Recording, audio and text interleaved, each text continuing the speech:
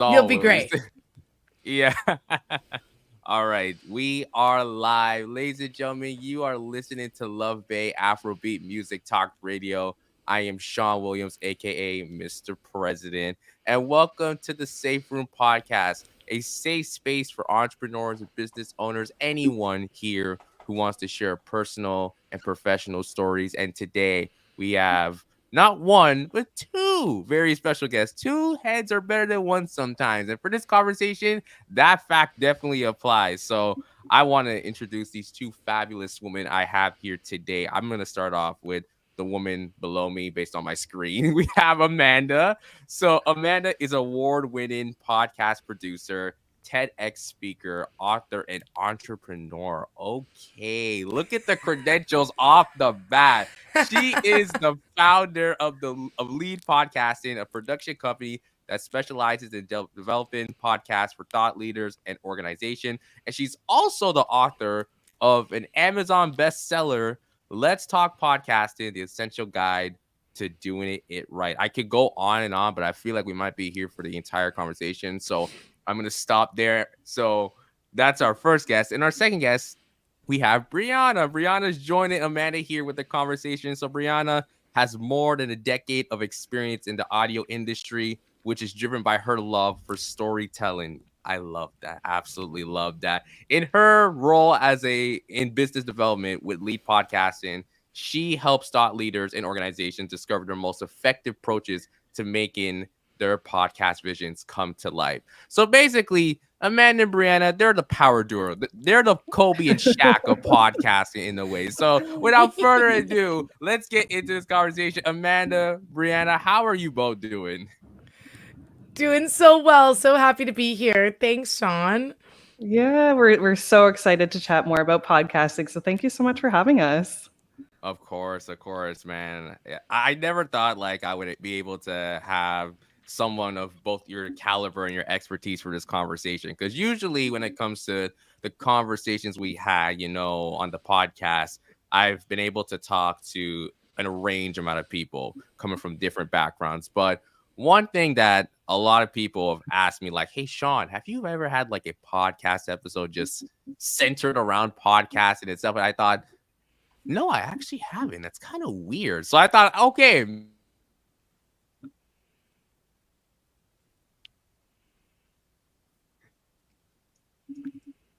We lost you for a second, Sean. Did you ask a question? Sorry. Oh, can you hear me now? Yeah, we got you. Yes. Okay, perfect. I don't know what happened. I think it's my laptop acting up. Oh boy, I hope this doesn't happen for the entire conversation. But I was just kind of going on to say that, for the amount of conversations we've had here on the podcast, we've basically spoke to so many people and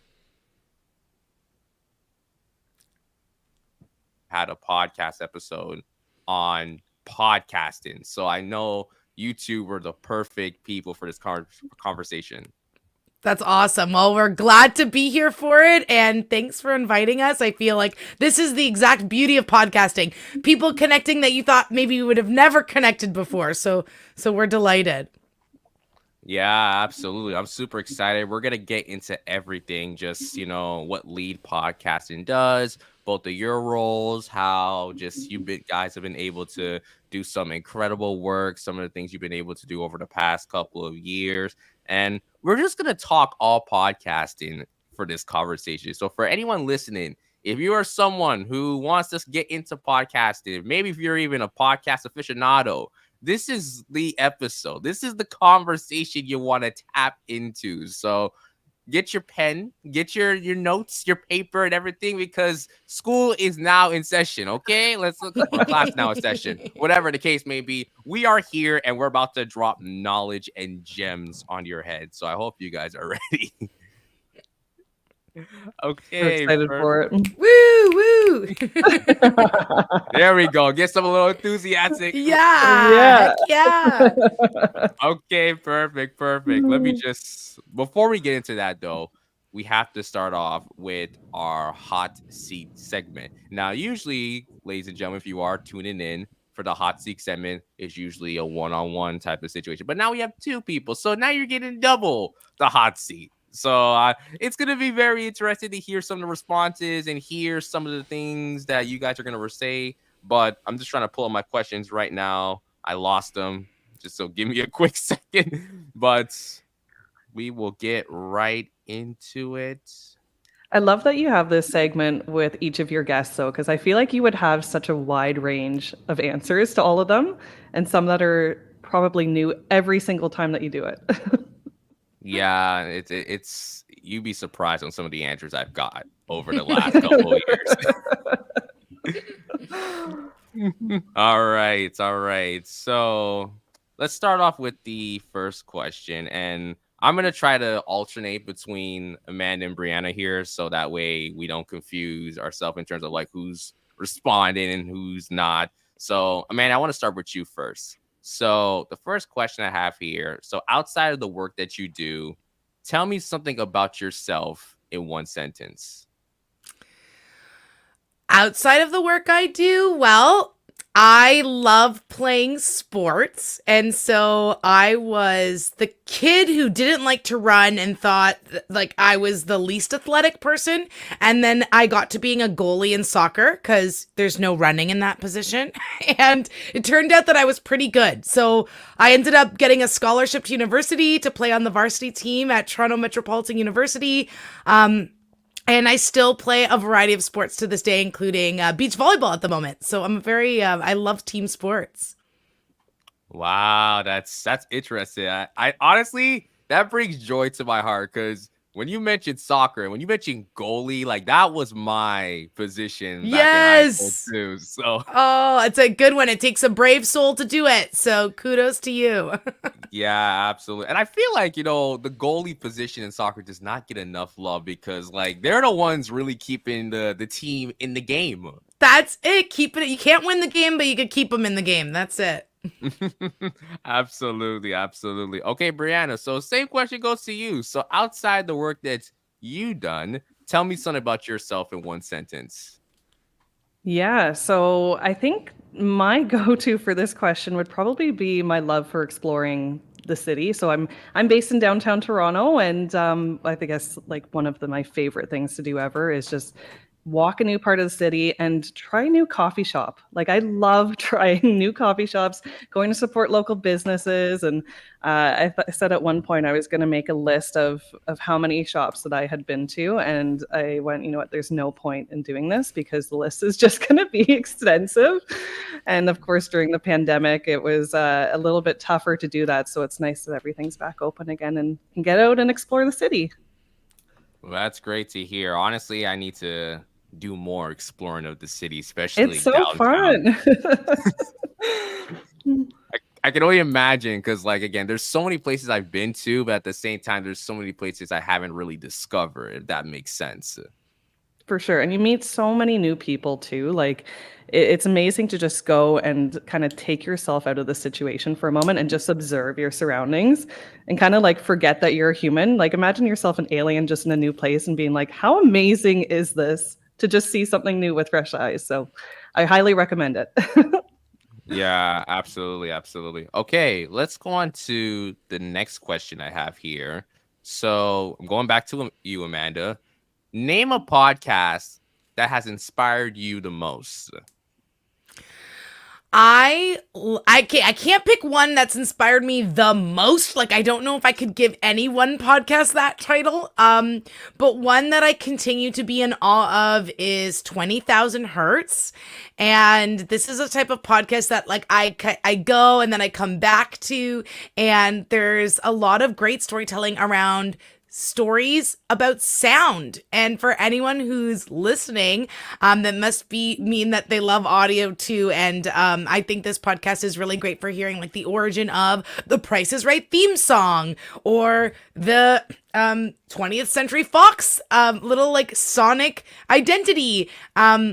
And so there's some really, really neat stories done, and their sound design is incredible, and their production team is like lean but mighty. And I've had the honor of meeting some of them at some podcast conferences, and they're really, really good group. So it's really nice too when the people behind the show that you make are also just awesome people. So shout out to the 20,000 Hertz team.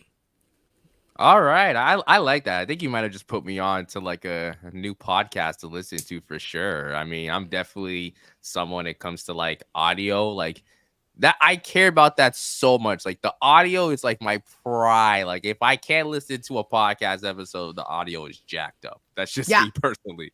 totally. Yeah, I agree. Okay, so Brianna, I'll ask you the same question. Name a podcast that inspired you the most, and maybe it's similar to Amanda. Maybe there's not one, but maybe one that like kind of gets you like, oh man, like helps me to kind of stay in line of what I do.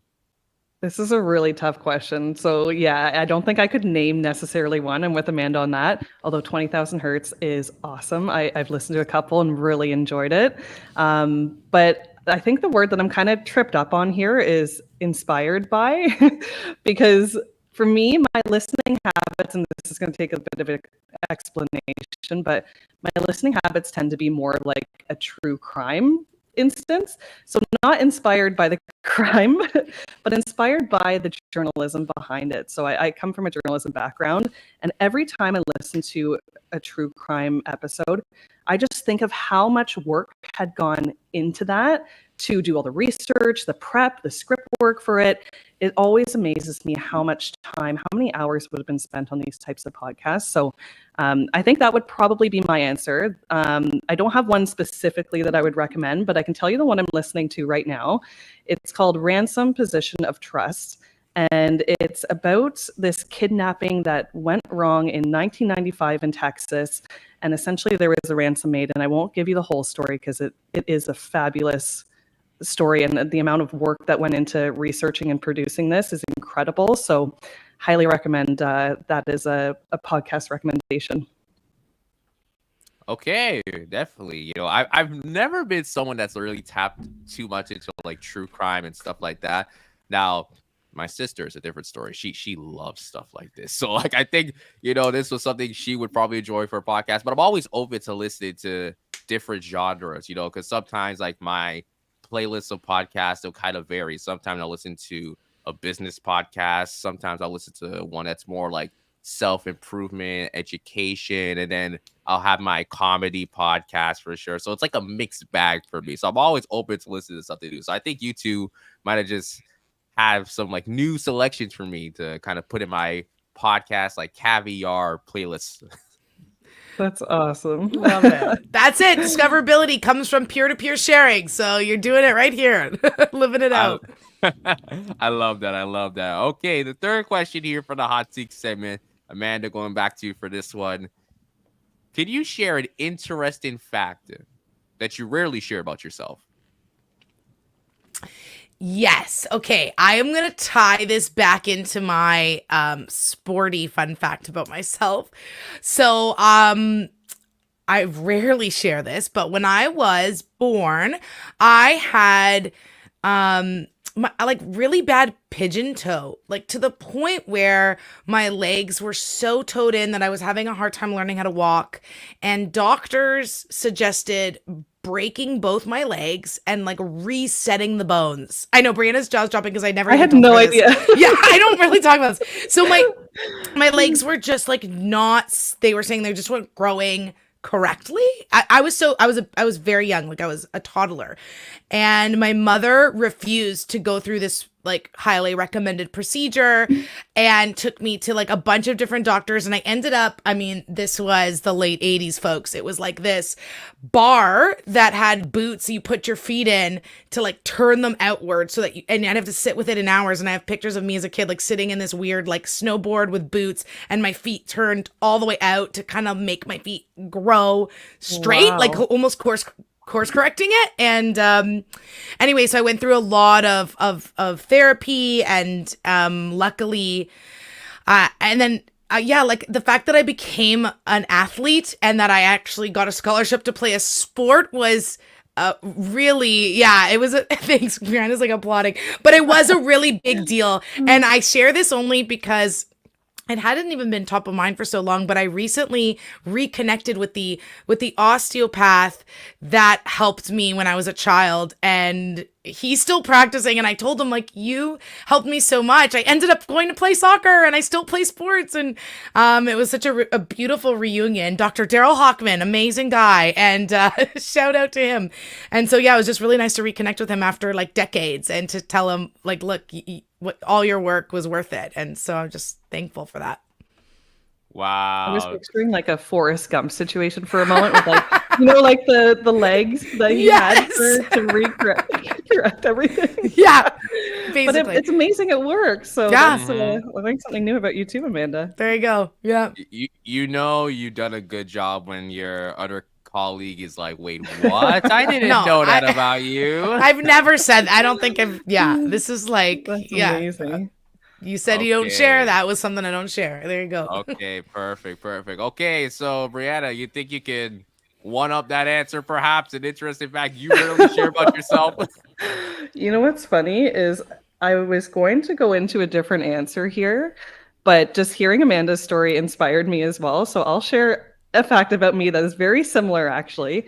When I was younger, I had a terrible lisp, like could not say S for the life of me. And it was more of like a whistle than anything. It wasn't like a TH sound, but I went through, I think it was over 7 years of therapy, just trying to fix it, and eventually figured out that it was the placement of my tongue was not in the correct position and needed to be on the roof of my mouth. And once I finally figured that, and it took a lot of time to practice it and actually put it into play, and eventually corrected my speech. I was in high school by that point, so you can imagine there was, a little bit of people making fun of me too, and it happens, but I was able to correct it. And then, funny enough, went into journalism and ended up speaking for a living. So I'm happy that I corrected it. But yeah, I guess, Amanda, you and I have similar roots in that way, I guess. Heck yes. Look at you overcoming. I love that. Oh, and yeah, like Brianna was a news anchor on the radio. Like, let's just call a spade a spade. Yeah, it was all about spoke for a living, the literally. voice. Wow. Love That's that. great. I love that. I love how both stories kind of like it was here, Intertwined but there, then there's a level of overcoming based on the scenario and the situation, what I think is really great. And I think those are like the best types of stories that you can share to anyone, to anyone listening, to anyone who's tuning into a podcast, hearing stuff like that. It kind of lets them know that, oh, wow, like there's certain things about people you don't really know until you really hear it from them. And then when you hear it from them, it makes you really appreciate that person even more for what they do or what they've gone through as well. So I just want to say thank you to the both of y'all for sharing that, because that was fun, man. That was fun hearing it. It was also kind of like very motivating, like, wow, like that's crazy, because like I would have never known. I would have never known with your situation, Amanda, or Brianna, your situation. But I'm really glad I got to hear it here. It's a fabulous question. Yeah, thanks for asking. Yeah, of course. Okay, the final question here for the hot seat segment. So, Amanda, what is your personal safe room? So, what is a safe space? It could be physical, it could be mental, that allows you to be your authentic self. So I am actually a really big fan of sound baths. So I don't know if you've heard of a sound bath before, but for those of you who haven't, you're essentially going into a room, and you usually have a facilitator who's playing a variety of different instruments, and this usually includes like crystal bowls, wind chimes, maybe a gong even. So it's all really beautiful instruments that are meant to relax you, and I find that I've really gravitated towards going to sound baths. It's like you lie down, you get all cozy, and then you usually are in for like an hour or an hour and a half for like this performance. But I find that that's when I'm able to just like be so relaxed, and I don't think you could be that relaxed unless you felt really safe. And I go to a facilitator in Toronto here that is just amazing. Her name is Kiko, and yeah, that's definitely a safe space for me. And I've gone through, anytime I was going through a rough patch, I've always felt better on the other side of going to one of those sessions. Wow, that's really great to hear. And I have heard stuff like that, like sound baths. I think certain celebrities would sometimes do that as well. But like that's really great to hear. And that's a first too. I've never heard someone say that, the atmosphere of sound baths, of just that, as their safe room. I've heard like very common answers. So there's a little bit of originality in your answer, which I really like, because I feel like you want originality in your safe room. No safe room should replicate someone else's. There's some different element that goes into it every single time, whether it's like maybe certain things you have within that safe room or just how you conduct yourself, the different practices. I feel like for everyone, we have a different story, and there's certain chapters we go through, and then there's that little intermission period where we can just kind of be ourselves and just relax and let our worries away. So I feel like for you, just like describing sound baths, it's very interesting. I can already picture in my head like, oh wow, like yeah, it's like very it's like very ambient in a way. So I like that. I like that answer. Ah, thanks. Of course. Okay, Brianna. So what is your personal safe room? My personal safe room is, I'd have to go with visualization techniques, I'd say for that. So a bit of a background story here too. I also come from a sports background. I used to be a figure skater and I did synchronized skating as well. And this was a technique that I learned through that sport, through the coaches that I had over the years. And they had recommended visualizing your entire skating routine from start to finish. If you need to listen to the music in the background as well, and just picture it going absolutely superb. Like you're gold medal every single time. And with that, you're bringing that positive energy to your skating routine and when you're about to perform for competitions. And so I learned that at a really young age, and I don't even think I did it purposely, but I think I adopted that into my own day-to-day life. So now whenever I'm up against a situation or an experience, it really helps me to just sit down and think about it and visualize it going in the best possible way that it could. And sometimes visualizing a couple different ways that it can go. And I think for me, that makes me feel more comfortable going through an experience and sometimes even chatting it out as well. So yeah, I'd have to say visualization techniques for this one is my personal safe room.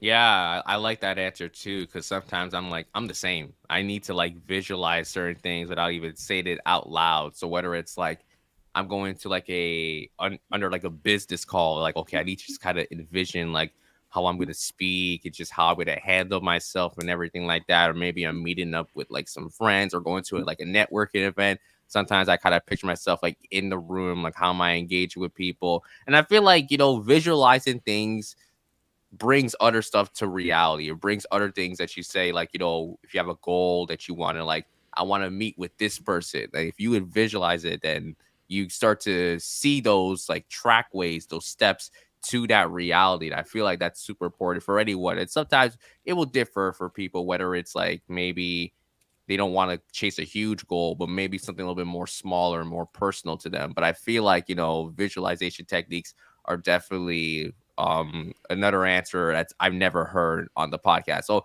I do appreciate both of you giving original answers on here, because well, I will be honest, most people say like, oh, it's like my bedroom or like if I go to the gym or my car. And listen, I don't even like say it's a bad answer because that's their safe room. But I feel like for you guys, you've really taken like a lot of thought of what your safe room is, which is good to hear, because it makes me happy, because I've always hoped my guests who come on here, they take consideration of what their safe room is, because I do for sure. Yeah, and it's not always a conventional space. And I think if someone's struggling to find a safe room, this helps maybe broaden their way of thinking about what could that safe room look like. Absolutely, absolutely. Okay, so that wraps up the hot seat segment. You guys did fantastic with the answers. I loved all the responses you gave it, the energy and everything. Just chef's kiss. Oh, Thanks. that was fun. Really enjoyed that.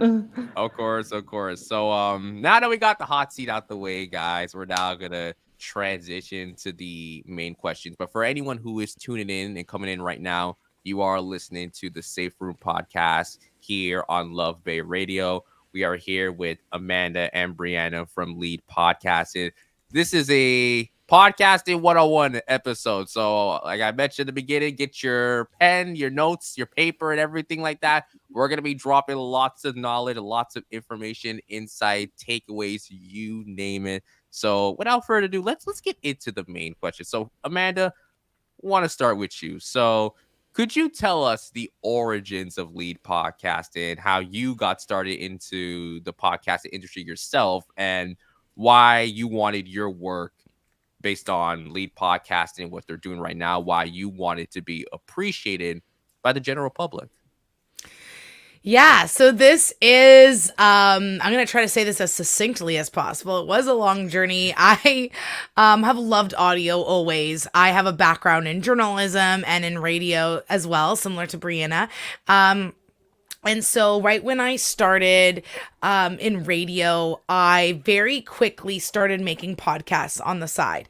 And in the beginning, it was mostly to make an extra buck, to be honest, but who doesn't want an extra buck, right? And so I thought, oh, a lot of my skills are transferable. Why don't I give this a go? And through word of mouth, I was slowly gaining additional projects and more clients. But at the time, like this was like 2011 and podcasts were not nearly as popular as they are today. So I didn't even really know what to call myself. Like essentially I was podcast producing and editing, but I called myself a media coordinator and I would pre-interview guests and like come up with question lines for the host and then edit the audio and source guests sometimes. And so I was doing that work for many years and just kind of silently on the side. I eventually ended up leaving the radio industry and I worked in a variety of different other companies. I was in the nonprofit industry for a while. I was doing branded content with a video production agency. And so really, I was slowly garnering more and more clients on the side throughout this whole time, but also picking up a lot of skills around marketing and storytelling and continuing to hone my craft. That was really had a lot of transferable skills. So fast forward to 2020, it's the pandemic and I had a full-time job, still doing my podcast on the side. There was an opportunity to take a buyout. And so the company I was at was very upfront and said, we're going to have to lay off like 50% of the staff. And if you put your hand up, we'll give you a really nice severance package. And so I said, you know what? Now's the time. So I put my hand up, I took the severance package and I used that money to start lead podcasting. So within a month of me starting, really, I just thought at first I was going to be freelance podcaster. Within a month, I was like, oh no, I need to start a full business. And so I incorporated within a month. I hired my first full-time employee within 6 months.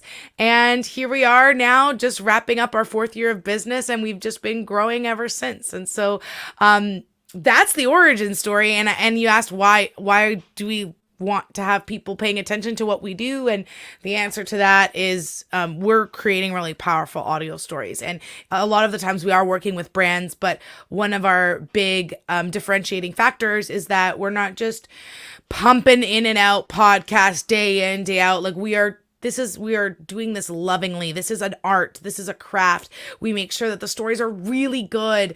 And we're being able to leverage a lot of great research and insight that maybe would have otherwise never been able to get heard. And so we really like lifting the voices of people, making people feel empowered to be having their own podcast and just embracing this medium and embracing the fact that there are very few barriers to it and helping people accomplish what they're hoping to with their show.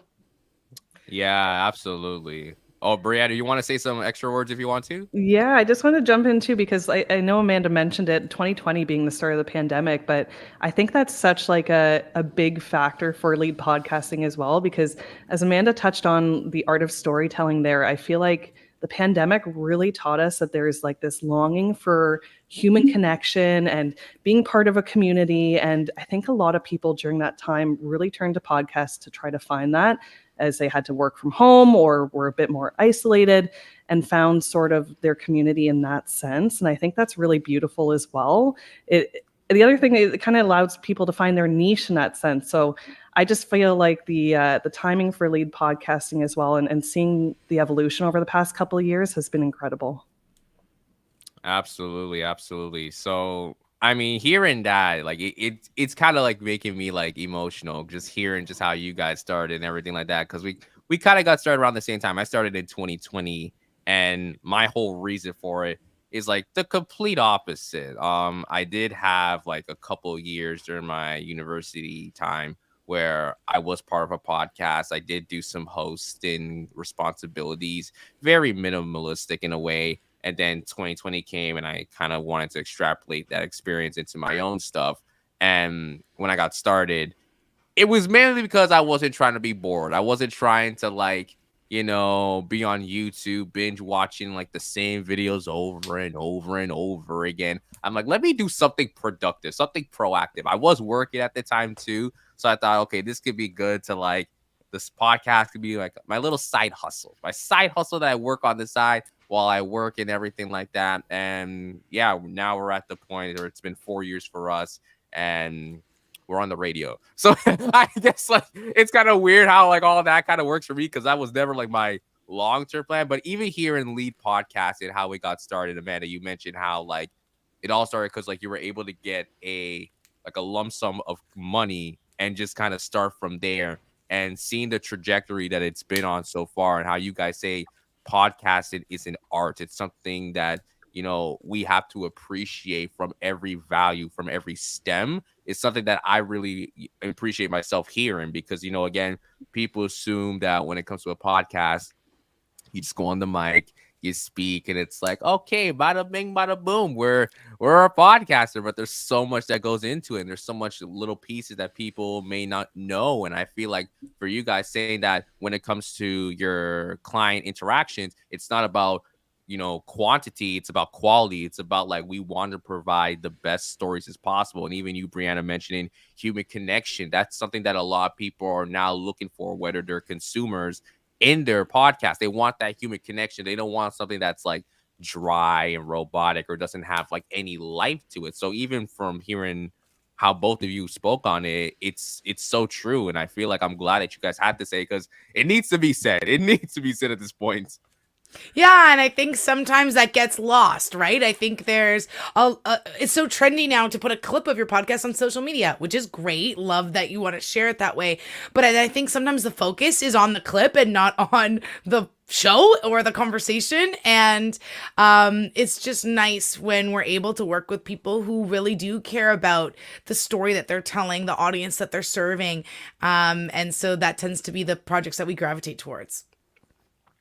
Absolutely, absolutely. Okay, Brianna, I want to ask you this next question because again, you've been working closely with Amanda for a while, and your role is in business development. So maybe you could explain like what your role entails, what do you do, and how has working at Lead Podcasting enhanced your skill sets professionally? Because we know you mentioned before you've been on the radio, so I feel like you're already at the top of the ladder already. So it's like, what more did your relationship with Amanda and working at Lead Podcasting has been able to enhance your skill sets even to the next echelons? Yeah, for sure. So, I mean, I've always had a love for audio and for storytelling. And I guess one of my fun facts actually at the beginning should have been that I worked for, I did a radio show for my high school station. And so from there, I ended up really loving it and then ended up going into school for that. And from there, have over a decade experience in the audio and news industry. And so that's really where my journalism background comes from. I kind of wore a couple different hats, news anchor, reporter. I managed a newsroom in Toronto as well, and managed a team for online writers as for in the news industry too. So I'm so thankful for the experiences that I've had in that sense. But then I was ready for something new, and really with Amanda and having the connection there, I've been so grateful for that, and was able to make the leap over to Lead Podcasting, and have really enjoyed my time since then. So it's always kind of interesting for me because while it's all audio, radio or podcasting, they're very different mediums. They're not the same in any sense. Kind of giving you an example of that. I mean, the listening habits alone are completely different. In the radio world, we see people tuning in for really only a couple minutes at a time. They're usually tuning in from their car, trying to check the traffic, get the latest, headlines. So it's very, very short listening habits. But with podcasting, people are finding a podcast that they're interested in a category that they're interested in, finding that niche, as we talked about, and listening to a podcast usually start to finish. And so it's an amazing just to see the differences when it's all the same audio, but in certain ways. But when it comes to my role specifically in the professional skill set, as you had mentioned and wanted to know about, I mean, business development is completely new for me. I have done all the other roles, but this is one that I have now taken on and I've really enjoyed. And again, just learning every single day something new. And I've really just been able to, what I do in this role, let me explain a little bit about that. But whenever we get someone who is looking to make a podcast and they come to us as a podcast production agency, I'm able to chat with them on a free 20-minute consult call and just get some more details about what they're looking for and chat more about their podcast vision, which is my absolute favorite part because I hear so many different answers to that. So diving into what their vision is for their podcast and trying to find where they struggle with it. Perhaps they're, struggling with the technical aspects, the recording and editing, and they need some assistance on that front. Or, they really need help with setting up sort of the foundation of their show and they don't know how to tackle a certain subject that they want to talk about or approach it from a podcasting standpoint. All things that we can help with as a podcast production agency. And so my job is to really find that problem, if we want to call it that, and then show how we can be the solution and how some of our services can help them. So I get to meet so many different people on those consult calls. That's in my role as a business development side.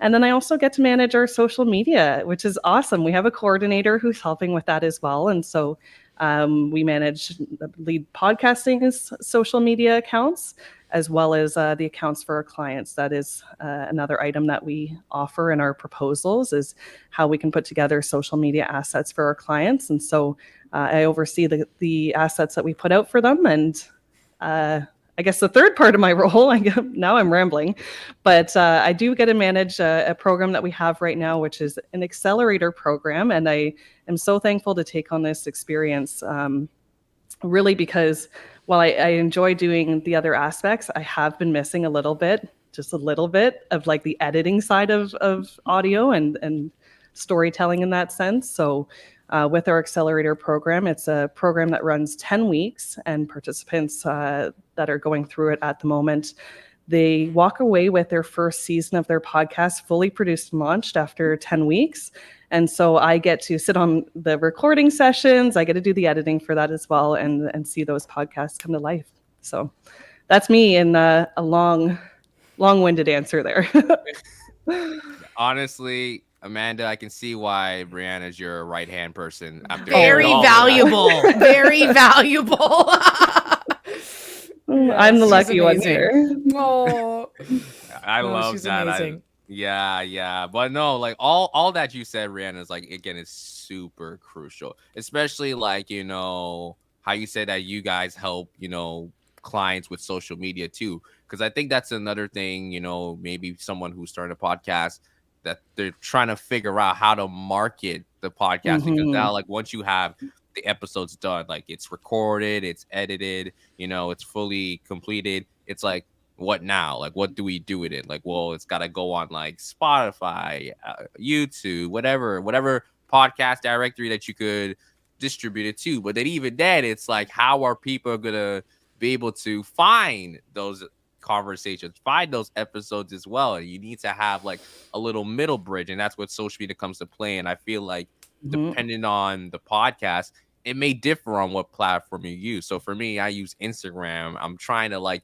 now get back into YouTube. I did use YouTube back like 4 years ago, but then I was like, you know what? I didn't know much about it. So let me just stay away from it before I burn myself out. But now I understand a little bit more that I can use it to my advantage. But maybe YouTube's not your lane. Maybe it's TikTok, or maybe it's like, oh, I want to use LinkedIn. Maybe if I have a podcast and like I want to like use my episodes as like leverage point to get more people to follow me or more clients, then I'm going to use LinkedIn. So it really depends. So I feel like, that's something I would like to talk about maybe later down in the conversation. So we're definitely going to get into those parts. Like I mentioned, ladies and gentlemen, there's a lot we're going to get into. So again, if your notes aren't completely full by the end of this conversation, simple, just rewind it because I know you missed something and you can catch it back. But Amanda, I want to come back to you now. I mentioned at the beginning of the conversation that you have an Amazon bestseller. First off, round of applause for that. I mean, Thank you. I am someone that, listen, me and books, we have like a very weird relationship. It's like I want to learn, but sometimes and I'll be very blunt, if your book does not amuse me in the first 5 minutes, I'm not reading the rest. Like it's throw it away. But Amanda, I mean this from the bottom of my heart, and I did mention to you about this before. I read that top to bottom twice. Like that was like so much valuable information. I was like, bro, my brain is on overload in a good way. Thank you. That's so sweet. And it's like I've poured my heart and soul into it. I wrote every one of those words. No ghostwriters here. Like I locked myself in my parents' basement. I had to like get out of my own place because I was so distracted, and I just like sat, and over the course of 2 very long weekends, I wrote this book. Not the first draft, and of course there was many iterations, and it took me a total of 2 years to have the whole thing finished. The first edition here, so that's it's a lot. But I'm so glad you found it helpful, and I've had so many people come up to me and say that they've made a podcast and it gave them everything they needed, and that was my exact hope for it. So if you're interested in it, of course, it's called Let's Talk Podcasting. But on the other side, if you're an aspiring author, I just hope that this can be something that empowers you to just, might take some real discipline in getting that first draft done. But the ripple effects of how it can help other people is amazing to me. And I really encourage people to do it because it's a great process. It's a great practice. And then there's a quote that I always love. It's like, I hate writing, but I love that I have written. And so just don't get discouraged if the writing process is tough. Just think about what you'll feel on the other end. Absolutely. And yeah, that book covers a lot of like information. So like I know in the beginning you kind of do go over the historical context of podcasting, which I think is super important because I know for most people they would say like podcasting started around like 2004. Like that's usually like the given timeline. But I know even from the sound waves of it, which I did have the pleasure of attending as well, you've kind of pointed it out your theories, or I don't want to say theories. Maybe to you it's like, no, this is a fact, but I'm kind of throwing it out for everyone listening. Like the theories that it was before 2004. It might have been go back to the 90s, depending on what you want to define as. So I felt like that little section was like super crucial because again, I think a lot of people nowadays ask me like, wait, when did podcasts like became a thing? Like when did it first kick off? Like what was the initial period? But there's so much else that's talked about in the book that I actually want to kind of like pick your brain a bit. So yeah, hypothetically, let's say I'm trying to come up with a checklist on like what I need to start a podcast right now, because that's the number one question I do get asked from people when they approach me saying like, hey Sean, I want to start a podcast, but I don't know what to do. I don't know what to get. So I guess what I want to ask you, like, what would you say is like the perfect startup checklist for anyone who wants to start a podcast? So that could do with like equipment, just like, maybe like what you need to record on, what you might need to edit. Yeah, it's a good question. Okay, so I'm going to break this into 2 parts. The first one is actually is like mindset, actually. So let's start there. You have to really wrap your head around what is the show that you want to make. This is like what we call show development. Who are you talking to? And what role are you yourself playing? I like to say, if you listen to mainstream podcasts, you'll hear the credits at the end and it's like 25 people. But really it's like there's 3 buckets, and there's producers who come up with all of that show development stuff and they figure out the guests, they line everything up. There's the host, the person who's literally going on the mic to ask the questions or to talk. And then there's an editor, someone who's putting it together and clicking upload and adding the music. That all those three positions can be you, but like you have to know which hat you have on when you're making decisions. Because if you have your host hat on, but you're producing, you might be making decisions that are not the best for the show, but are maybe a little bit ego driven, right? So like just being mindful of what hat do you have on. So that's step one. Checklist, get your right hat on and know what job you're doing and when. And if you need to outsource any support, right? Like, can you actually wear all those three hats? And if so, then like many people can. So you can go for it. Excuse me. Now, if you want to talk about equipment specifically, the first thing I like to say is you really don't actually need anything. If you have a tight budget and you want to start with just your laptop, the microphones on laptops and even your phone, like those microphones are pretty good these days. And that can be the first place you start. And I think some people have a tough time like hearing their own voice back and starting to love their voice. And so maybe before you start investing in all these microphones, start just recording and listening to yourself back and getting familiar with how do you sound and what do I actually want to make here and how do I want to go about it. Now, if you are wanting to invest in some equipment, there are two microphones that I like to recommend, but now they're personal preference, and depending on what kind of devices you are working with around it, it can dictate where you land. But the biggest decision you need to make is, are you recording on location in the field, as we'll say in the industry? If so, you want something pretty compact that you can bring with you. And I love the Zoom products for this. So like the Zoom H1N is a basic model that's like everything you need in a little handy recorder. And it has an XY capsule at the top, which just means you can very easily record just yourself, or you could put it in between two people and it's almost like having two microphones in one. And I think it's a really high quality recorder to use in the field, out and about. You don't need a computer. It goes to an SD card, and it's all you need in this little, like, I don't know, 6 inches tall, 2 inches wide, very powerful. Now, if you're doing something like yours, Sean, where you're at a desk, I'd recommend something completely different. And if you're watching the live stream, you'll see myself and Brianna are on the microphone that I tend to recommend for people who want to be set up on a desk. And this is the Mayono microphone. And it's a USB microphone, so it plugs into your computer.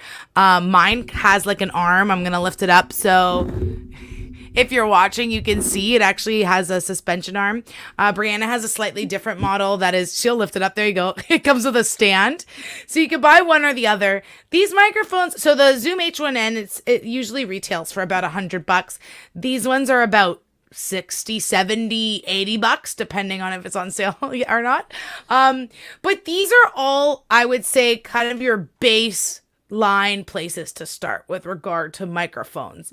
It's not going to fully break the bank, and it is going to elevate the way you sound. So that's my microphone recommendation. And then with regard to editing, again, you could actually just go straight and no edits. You're just going to record, as we call, live to tape. So you're just like going to avoid that editing. If you feel like you can't wear that hat, that's okay.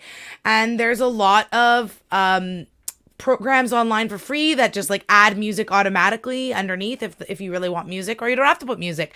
I know lots of podcasts who don't have a theme song, and that's okay, especially when you're getting started. What we like to use at Lead Podcasting is Adobe Audition. So we are a big Adobe fans all around with the Creative Suite, and Audition allows us to edit in multi-track the way we need.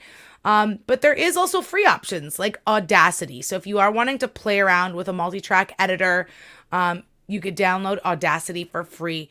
And that was what I started on back in 2010. So those are really the key basics. And then, of course, there's lots of add-ons after that. A good pair of headphones. I liked wired headphones. I'm holding up my wired headphones that I'm using right now with no microphone on them, which are actually hard to find, whether they're earbuds or just like over the ear headphones, but those are usually important as well to help with your mixing and editing and also in recording like this. So those would be the three elements: your editor, your microphone, and your headphones. Yeah, like that was fantastic. And even you guys explained the Mayano mics. I do have like a Mayano mic in my room as well. That was like the second Nice. microphone I got this. So I think it was the AU 200. I don't know if they still have that out right now, but it came with like a nice little like one of those like mixers where you can do like sound effects and everything like that. So I thought it was cute. I'm like, okay, like I could do some little things with this. But like my first mic, and I love telling this story because my first mic was an absolute just mess. So for anyone listening, and I feel like if there's a time for me to say this, if you are starting off and you have a tight budget, definitely go for something where you don't have to break the bank, but also do your research, because I did not do my research when I jumped in immediately. And I went to my local mall, and basically I got myself a $20 mic at Winners, and I thought, okay, I'm about to like.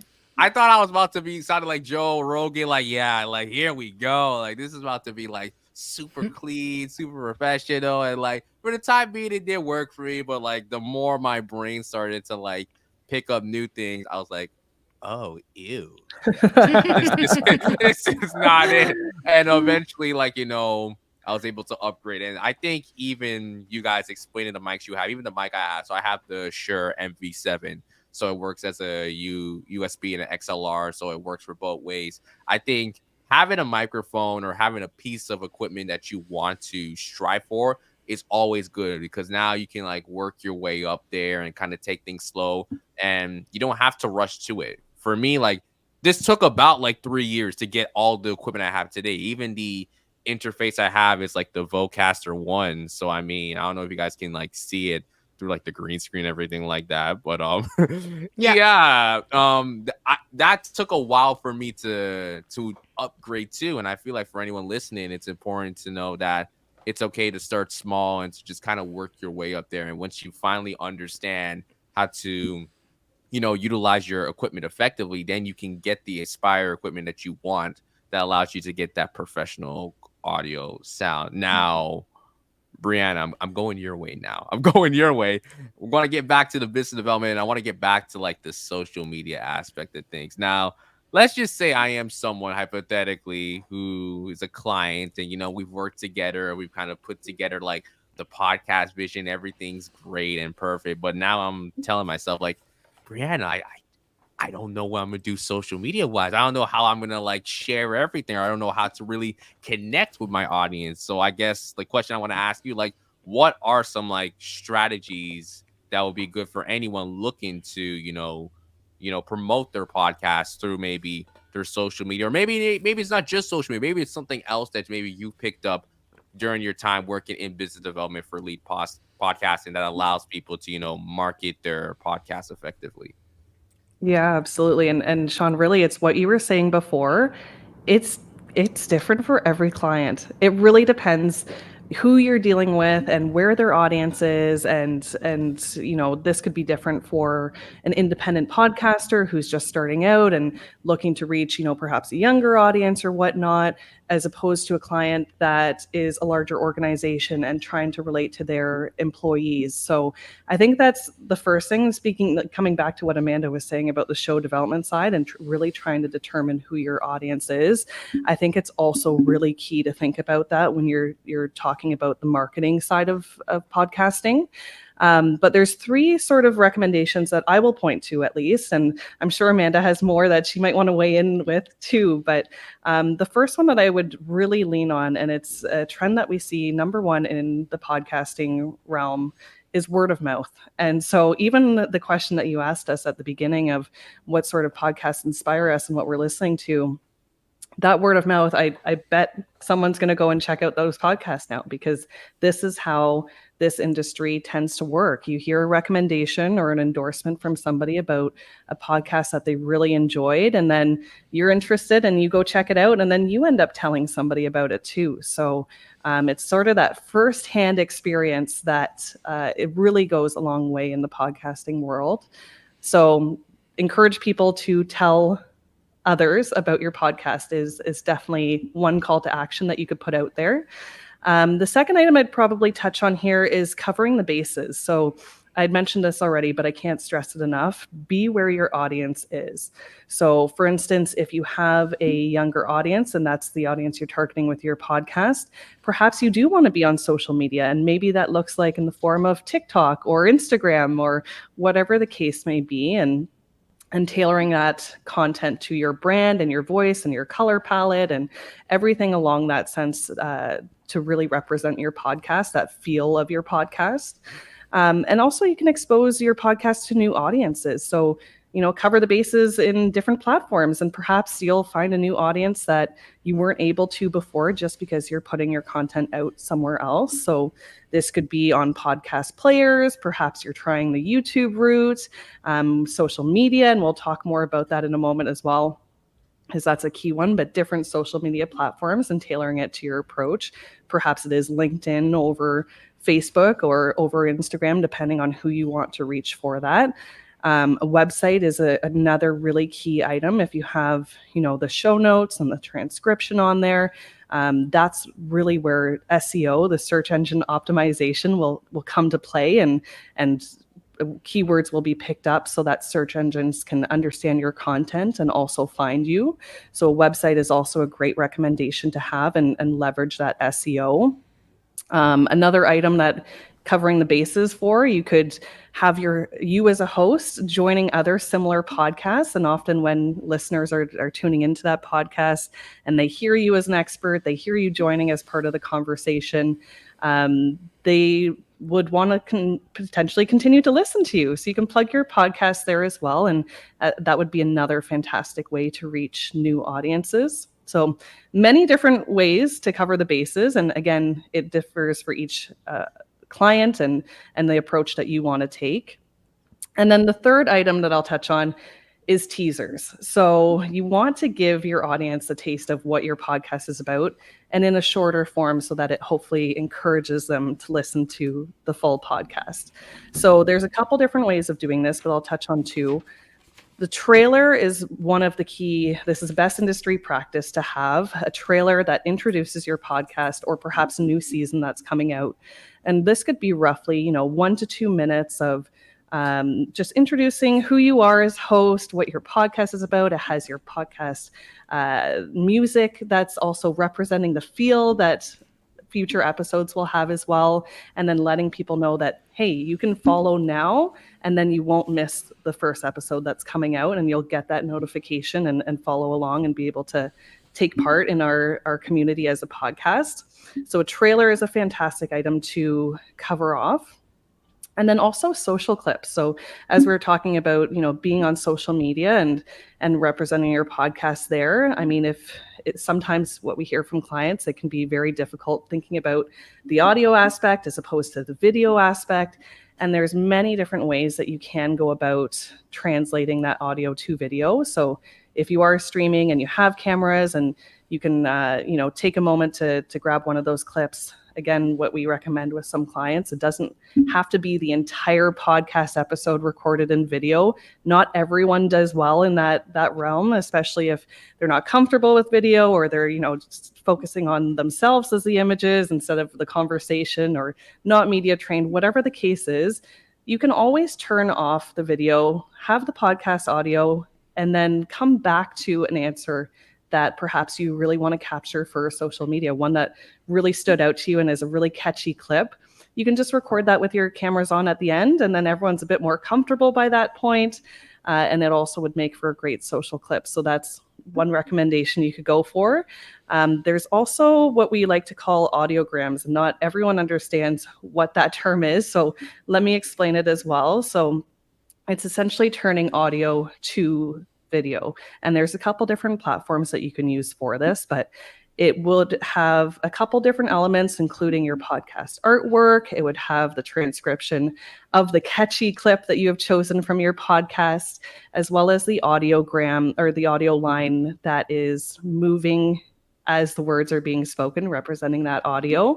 And so it's a great way to get your podcast artwork out there for discoverability, and also giving that teaser of a really catchy clip from your podcast so that people will hopefully listen to more. So I just threw a ton of information your way, but hopefully there's one or two things there that speaks to our audience here today.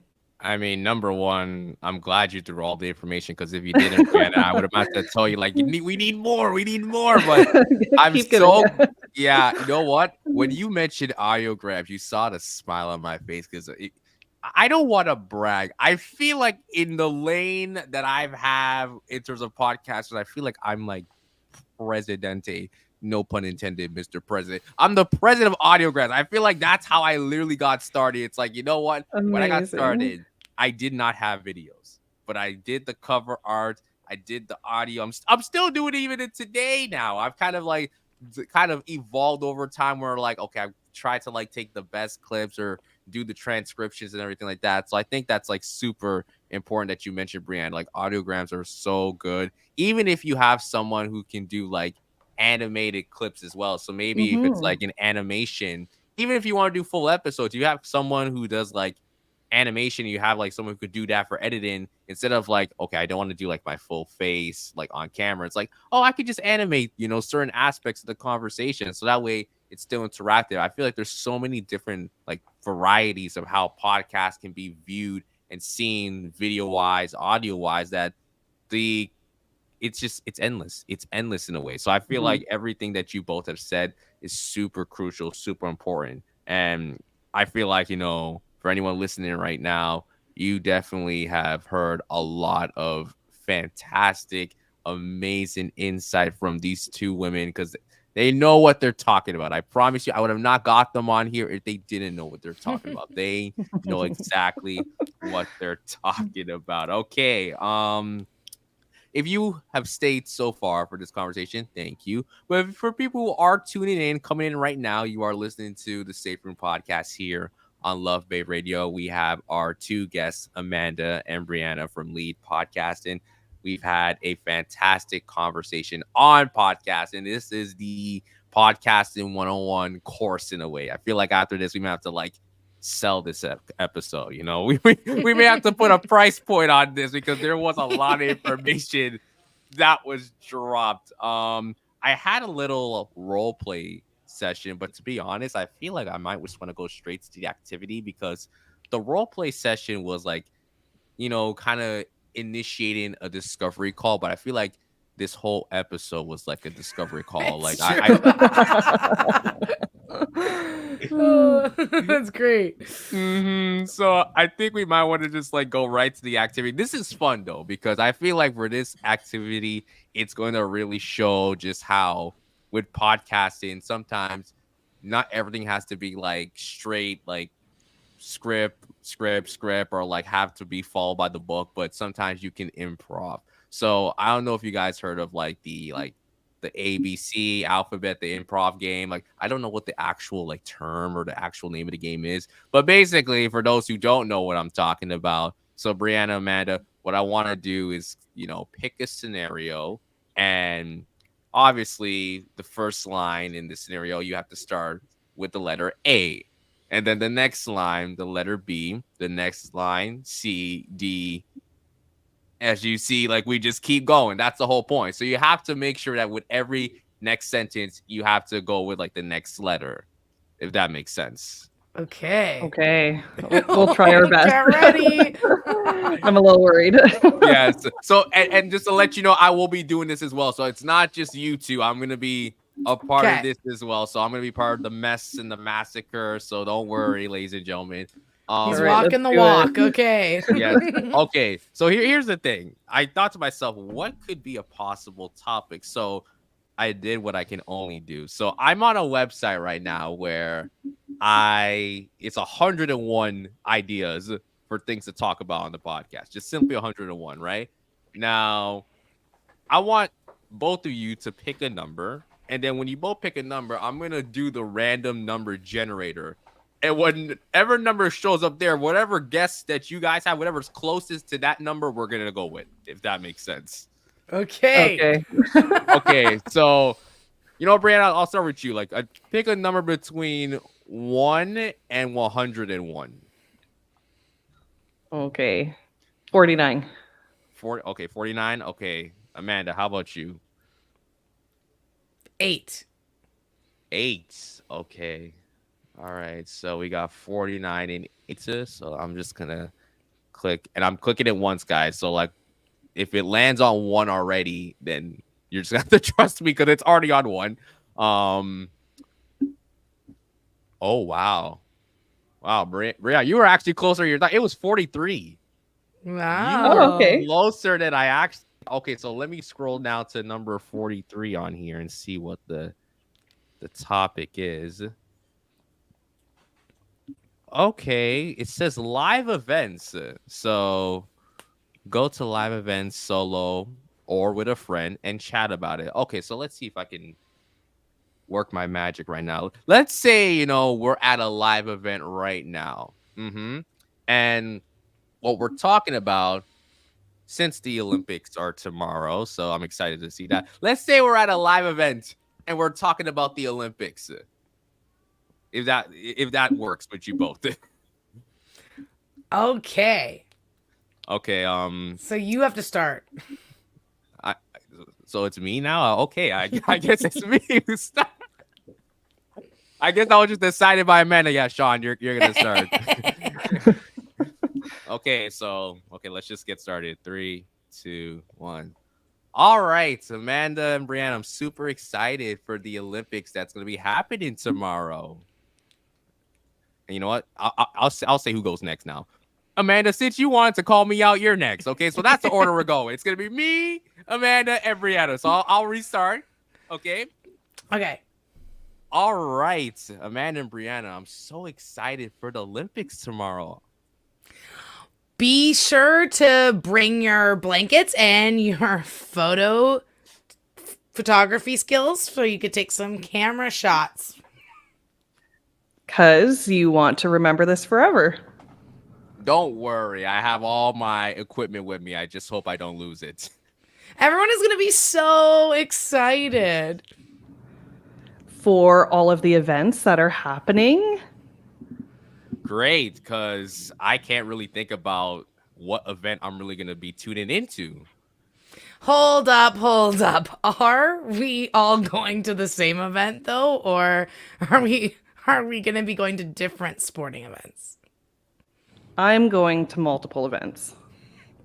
Just because like we're all here together doesn't mean we have to go to the same events, okay? Kaleidoscopes are going to be the are going to be what everyone's buying as the souvenir, so just get ready for that. Love it. My goodness, Amanda, you have such amazing humor. Not everyone can say they can crack a joke like me. Only Amanda. Trust her to go with that. Probably true. I'm terrible when it comes to jokes. Quite funnily enough, I think that when you're not trying, that's when you can actually be the most funny.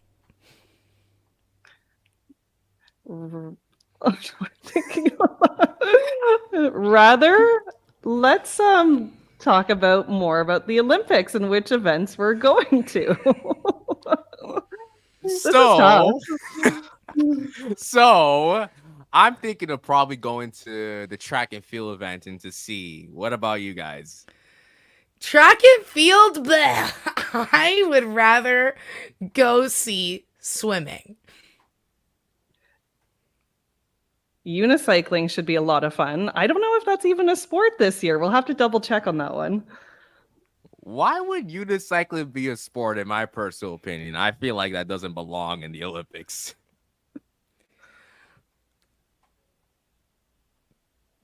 Did we miss a letter? Yes. Wait. Did we miss? What did we miss? Sean, you're V. Am I V? Oh, I think I missed one. My bad. So, okay. I was like, do I call him out? I'm calling him out. I know. No, No, thank you. I thank you. Okay, so V. Very embarrassed for my little mishap right now. Water sports, though, are truly the best sports, I think, when it comes to the Olympics. Xylophone should definitely be part of the Olympics next year. I don't think it is this year, but next year. I'm getting all the random sports, so we'll just roll with that. You know what? I think it's time that we probably wrap this up at this point. Zambia! I just want to say that's who should host the next Olympics. Oh man. Honestly, that might be the greatest moment in the history of the safe room right now. That is harder than it sounds. That was so hard, but amazing. Trying to keep track of like what letters of the come up letters, next, but then also trying to keep track of the story too. No. Listen, but you guys did fantastic. I'm the one who butchered and forgot the letter V. So it's okay. I was worried I was going to, so at least it was like a okay, not me moment. I will say this: I'm just happy I was not Z. I'm like, I don't know what I'm gonna say. You killed it, Amanda. Thanks. Oh, those improv classes in high school paid off. There you go. There you go. Yeah. All right. So that's all I have for today. So Amanda, Brianna, thank you so much for coming on the Safe Room today. You guys have been phenomenal guests. Thank you for your information, your wisdom, your expertise, and just your overall vibes. This was absolute vibes. Oh, thanks, Sean. It was so fun hanging out, and looking forward to staying in touch, and hopefully we'll be able to join you again soon. Thanks so much for having us. That was a lot of fun, and hope that everyone walked away with at least one or two things that they may have learned, and hopefully can put into practice to enjoy the art of podcasting and storytelling. So, thank you so much for having us on the podcast. Of course. Just quickly before we wrap things up. So, Amanda, where can people find Lead Podcast, and where can people contact you? And this goes the same for Brianna, as where can people contact you? I'll let Amanda start off first. Sure. If they want to learn more about Lead Podcasting, you could go to leadpodcasting.com. That's LEAD podcasting.com. And on our website, we have a bunch of resources, equipment recommendation, a link to my book. So that's your just go-to spot for all of the things we talked about today. If you want to get in touch with me specifically, I am very active on LinkedIn. So just look me up on LinkedIn. And if you're going to add me, be sure to share a note saying that you heard me on this podcast, and then I'll know where you're coming from, and I'll be sure to accept. Perfect. Brianna? I'll just dovetail on that exactly. You can find more about how to get in contact with me through our website, leadpodcasting.com, and feel free to add me on LinkedIn as well. Would love to hear from you and stay in touch. All right, perfect. Thank you to you both, and thank you to everyone listening to the Safe Room here. Thank you to everyone here in the comment section. I've seen the comments coming in. Shout out to my sister who always comes on and listens to every conversation I do. Amazing convo, appreciate it. I think one day we may have to get her on the podcast. I don't want to bully her on here, but obviously it might have to happen sooner than later. But yeah, for anyone who wants to come check out the Safe Room, I'm happy to now say that we have a website. So if you want to go find us on the saferoom.ca, you can do that. If you want to listen to all of our episodes from there, or if you want to go to Spotify and Apple Podcasts, all available podcast platforms, you can find the Safe Room there. You can follow us on Instagram at the Safe Room Official. And we will be back here next week, Thursday, listening to your favorite podcast here on Love Bay Radio. Thank you guys for tuning in, and we'll see you guys next time.